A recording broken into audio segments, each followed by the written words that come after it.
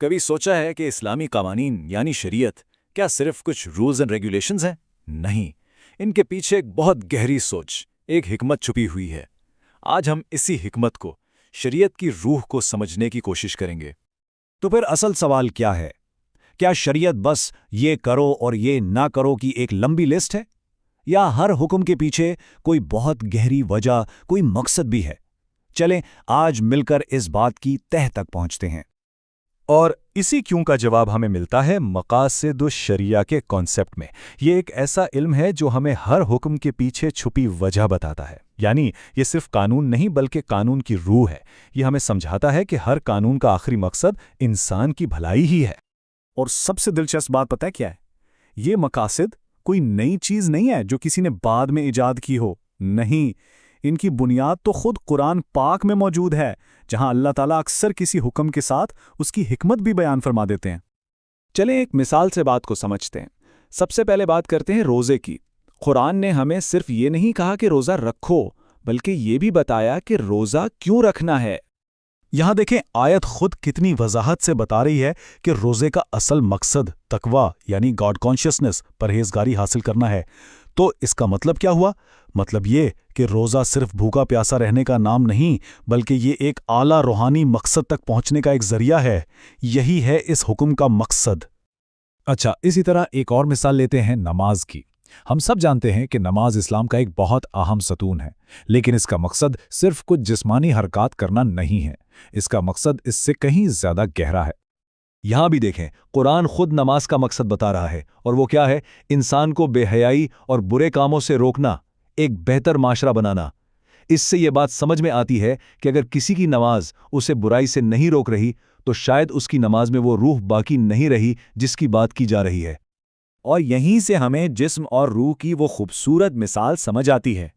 نماز کے جتنے بھی ظاہری ارکان ہیں، قیام، رکوع، سجدہ، یہ سب نماز کا جسم ہے، لیکن برائی سے بچنا یہ اس کی روح ہے۔ اب دیکھیں، جسم کے بغیر روح کا کوئی تصور نہیں، اور روح کے بغیر جسم، وہ تو بس ایک بے جان ڈھانچہ ہے۔ یعنی دونوں ایک دوسرے کے لیے لازم و ملزوم ہیں۔ تو اب سوال یہ ہے کہ یہ تصور، یہ علم ایک باقاعدہ ڈسپلن کی شکل میں کیسے آیا؟ یہ صدیوں پر پھیلا ہوا ایک زبردست علمی سفر ہے جس میں بڑے بڑے علماء نے قرآن و سنت میں بکھرے ان موتیوں کو ایک لڑی میں پرویا۔ یہ سفر شروع ہوتا ہے امام الجوینی سے، جنہوں نے گویا اس علم کا بیج بویا۔ پھر ان کے ہی ایک ذہین شاگرد امام غزالی نے اس پودے کی آبیاری کی اور اسے پروان چڑھایا۔ اس کے بعد عز الدین بن عبد السلام نے اس میں ایک نئی جان ڈالی، اور پھر آتے ہیں امام شاطبی، جنہوں نے اس کام کو اس کی بلندی تک پہنچا دیا۔ اس پورے علمی سفر میں ایک شخصیت ایسی تھی، ایک ایسا نام جس نے پچھلے تمام کام کو نہ صرف اکٹھا کیا بلکہ اسے ایک ایسی منظم شکل دی کہ وہ ہمیشہ کے لیے تاریخ کا حصہ بن گیا۔ جی ہاں، وہ تھے امام ابو اسحاق الشاطبی۔ انہوں نے اپنی مشہور زمانہ کتاب الموافقات میں مقاصد شریعہ کے اصولوں کو اس طرح ترتیب دیا کہ یہ ایک الگ آزاد علم بن گیا، یہاں تک کہ ایک اور بڑے عالم ابن عاشور انہیں اس علم کا باقاعدہ بانی قرار دیتے ہیں۔ لیکن یہ کہانی ماضی میں ہی ختم نہیں ہو جاتی، یہ ایک زندہ میراث ہے جو آج بھی ہمارے لیے اتنی ہی اہم ہے، اور خاص طور پر برصغیر کے علماء نے اس روایت کو زندہ رکھنے اور آگے بڑھانے میں بہت اہم کردار ادا کیا ہے۔ ان میں سب سے بڑا نام ہے شاہ ولی اللہ محدث دہلوی کا۔ ان کی کتاب حجت اللہ البالغہ تو اس موضوع پر ایک سنگ میل سمجھی جاتی ہے۔ اور پھر ان کے بعد علماء دیوبند کی ایک پوری نسل، جیسے مولانا قاسم نانوتوی اور مولانا اشرف علی تھانوی، ان جیسے عظیم لوگوں نے اس علمی میراث کو سنبھالا اور آگے بڑھایا۔ تو اس ساری گفتگو کا خلاصہ کیا ہے؟ خلاصہ یہ ہے کہ مقاصد کا علم ہمیں شریعت کی اوپری سطح سے ہٹ کر اس کی گہرائی، اس کی روح کو سمجھنے میں مدد دیتا ہے۔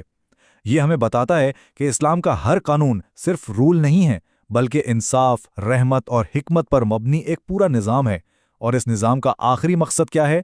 انسان کی دنیا اور آخرت دونوں کی بھلائی۔ اور یہ ساری بات ہمیں ایک بہت اہم سوال پر لا کر چھوڑتی ہے کہ ہم اپنی روزمرہ کی زندگیوں میں، عبادات میں، معاملات میں شریعت کے صرف ظاہری ڈھانچے پر عمل کر رہے ہیں، یا اس کی روح اور مقصد کو بھی زندہ رکھے ہوئے ہیں؟ یہ ایک ایسا سوال ہے جس پر ہم سب کو سوچنا چاہیے۔